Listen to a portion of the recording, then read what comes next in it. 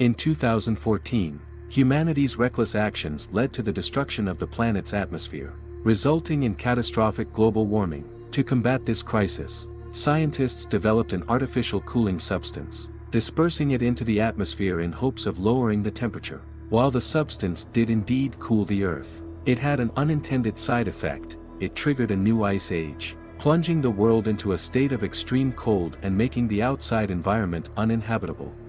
In this frozen world, a brilliant scientist named Wilford devised a solution to ensure the survival of the human race. He built an extraordinary train powered by a perpetual engine, designed to travel continuously around the globe. This train, known as the Snowpiercer, became the last refuge for humanity. The remaining survivors now live on this train, which provides a controlled environment and protection from the lethal cold outside. However, life on the Snowpiercer is far from utopian. The train is a microcosm of the classism that plagued the world before the Ice Age. The train cars are organized by social class, with the wealthy and privileged residing in the luxurious front cars, enjoying all the comforts and amenities they could desire. The middle cars house the economy class, who live in relative comfort but without the opulence of the front. At the very end of the train, in the tail section, reside the poor and oppressed. These passengers live in squalid conditions, crammed into tight quarters with limited access to resources.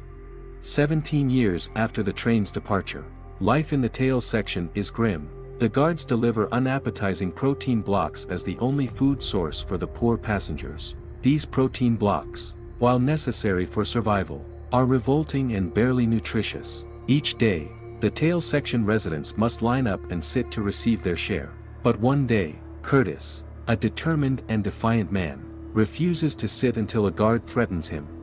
Curtis, a natural leader among the tail section passengers, confides in his friend Edgar about his plans for a revolution. Curtis has been carefully counting the doors and observing the guards' routines, preparing for the day they can move forward through the train. During a routine visit by the guards, they ask if there are any experienced violinists among the passengers. An elderly couple, once part of the Boston Symphony Orchestra, volunteers, but the guards only take Gerald, violently beating his wife in the process. This brutal act fuels Curtis's resolve.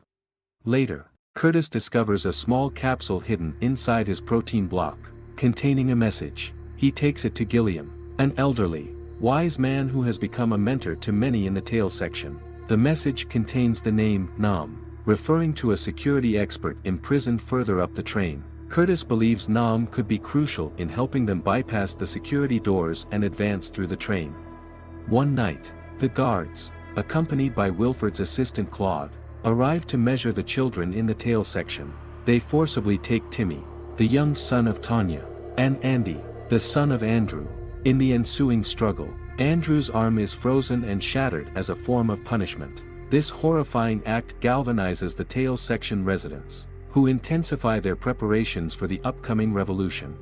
Curtis acquires some flammable chronol, a substance used by addicts on the train, which he plans to use as a weapon. He also speculates that the guards' guns might be out of bullets, a potential advantage for the rebels. When the alarm goes off, Curtis boldly challenges a guard to shoot him, revealing the guns are empty and sparking chaos. This marks the beginning of their uprising.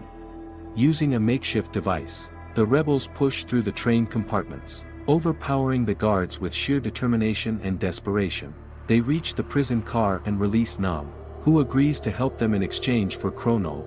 As they move through the train, they encounter various obstacles, including a horrifying discovery that the protein blocks they've been consuming are made from cockroaches. The rebels engage in numerous brutal battles, including a fight in a dark tunnel where Curtis captures Mason, a high-ranking official. Despite significant losses, the rebels push forward, determined to reach the front of the train. Curtis discovers that controlling the train's water supply could give them leverage over the upper classes. He also learns that Gilliam, his trusted mentor, had been working with Wilford to orchestrate periodic revolutions to maintain population control. Finally, Curtis meets Wilford, who reveals his master plan.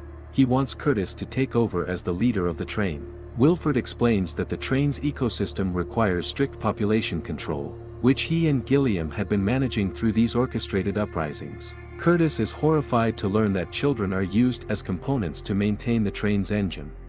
In the climax, Nam sets off a bomb, blowing open the train door and triggering an avalanche that derails the train. In the aftermath, only Yona and Timmy survive. They step outside into the snowy wasteland, discovering signs of life, a polar bear, suggesting that life outside the train may be possible after all.